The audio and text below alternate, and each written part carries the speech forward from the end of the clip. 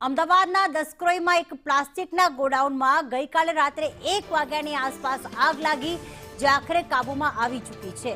United પોલીફેબ Gujarat લિમિટેડમાં આગ લાગી હતી। આ જે ગોડાઉન છે તે ટિંબા ગામ પાસે આવેલું છે, જે કંપનીમાં આગ લાગી હતી। કુલ 15 ફાયર ફાઇટરે આગ કાબૂમાં લીધી છે, તો 6 કલાકની જહેમત બાદ આગ કાબૂમાં આવી ગઈ છે।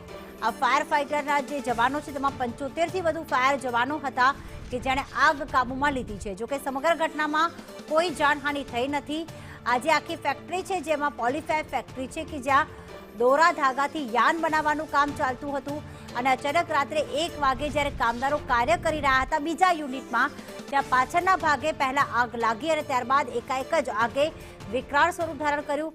તરત જ તમામ જે વર્કર્સ હતા, કામદારો હતા, તે ગોડાઉનની બહાર આવી ગયા હતા, જેના કારણે જાનહાનિ ટળી છે, પરંતુ મશીનરીને મોટા ભાગે નુકસાન થયું છે।